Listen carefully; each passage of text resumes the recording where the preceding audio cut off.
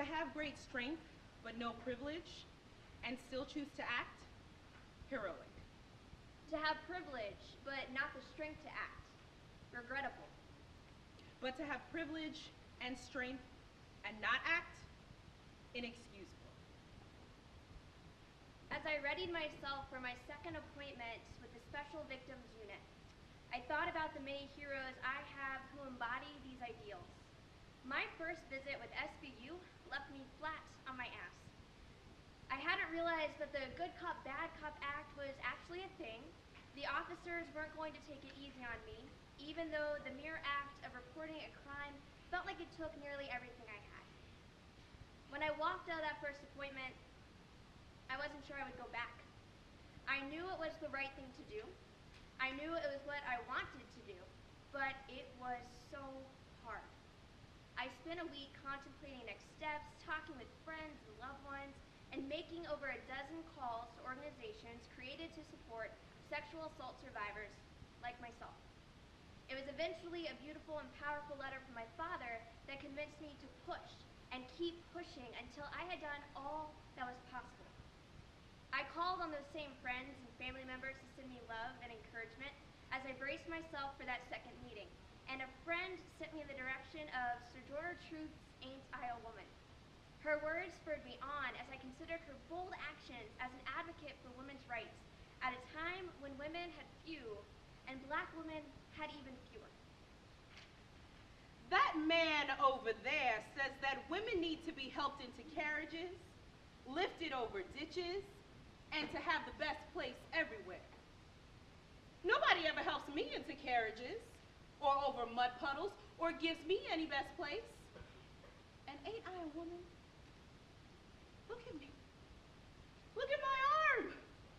I have plowed and planted and gathered into barns, and no man could heed me. And ain't I a woman? I could work as much and eat as much as any man when I could get it, and bear the lash as well. And ain't I a woman? I have borne 13 children, and seen most of all sold off into slavery. And when I cried out with my mother's grief, none but Jesus heard me. And ain't I a woman? I will never know her struggle, but I gather so much from her strength. Faced with the reality that I didn't have a rape kit done, and therefore minimal evidence to support my claim, SVU officers told me that the case would struggle to gain traction unless I did a reverse control phone call, where I would call my attacker with the line tapped and attempt to get him to confirm as much of the crime as possible.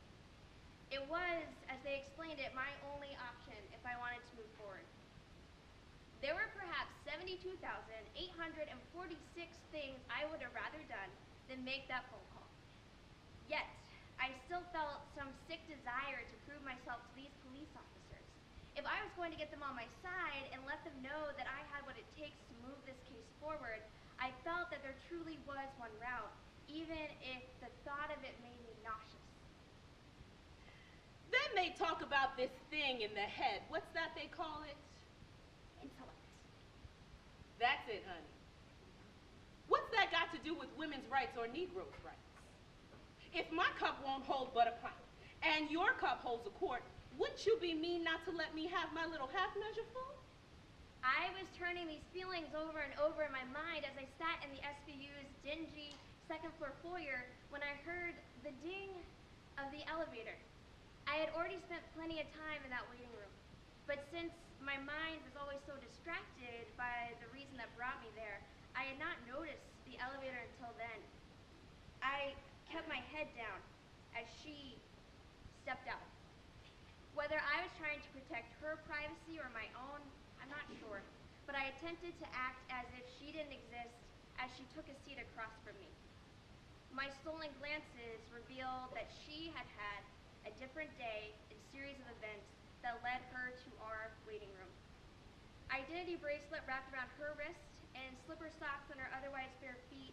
She held in her hands the plastic bag of her personal items that the hospital had given her when she was discharged. Her beautiful dark skin contrasted sharply against the chipped ivory paint of the walls. She couldn't have been any older students I had left behind just minutes before. Then that little man in black back there, he says women can't have as much rights as men because Christ wasn't a woman. Where did your Christ come from? Where did your Christ come from? From God and a woman. Man had nothing to do with him.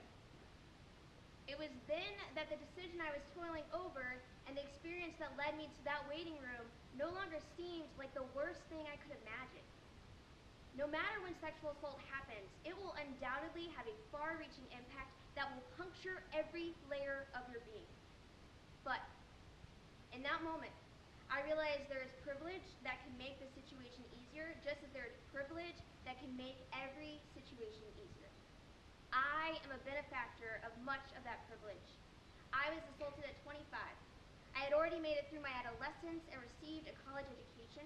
I had already been in love and known intimacy in a trusting and respectful relationship. When the assault occurred, I had friends who found way after way to show me their love and devotion as they walked me home, wrote me notes, and gave me their tears when I was too empty to have any myself. When I reported my charges, I reported them as a white woman who had never dealt with the justice system personally and who had never seen the inside of a police precinct or cop car until that day. Other than the victim blaming that unfortunately comes with the territory, I was, in all other counts, a credible witness. Suddenly, I realized my eyes were cast downward for another reason. The most I have to go off about that girl is guesswork. I never spoke up. I worried about her circumstances, her support system, and her next steps.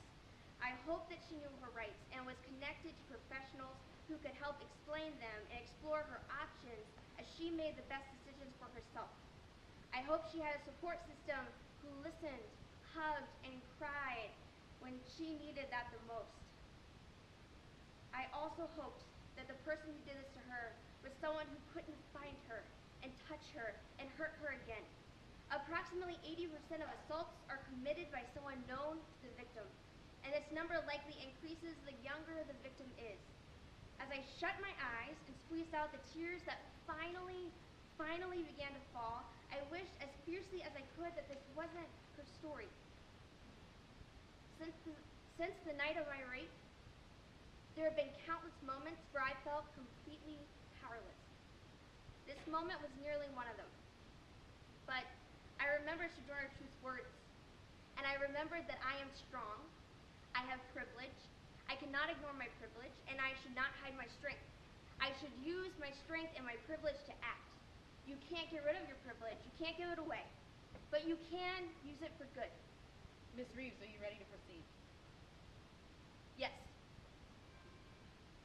If the first woman God ever made was strong enough to turn the world upside down all alone, these women together ought to be able to turn it back and get it right side up again. And now that they's asking to do it, the men better let them. Thank you.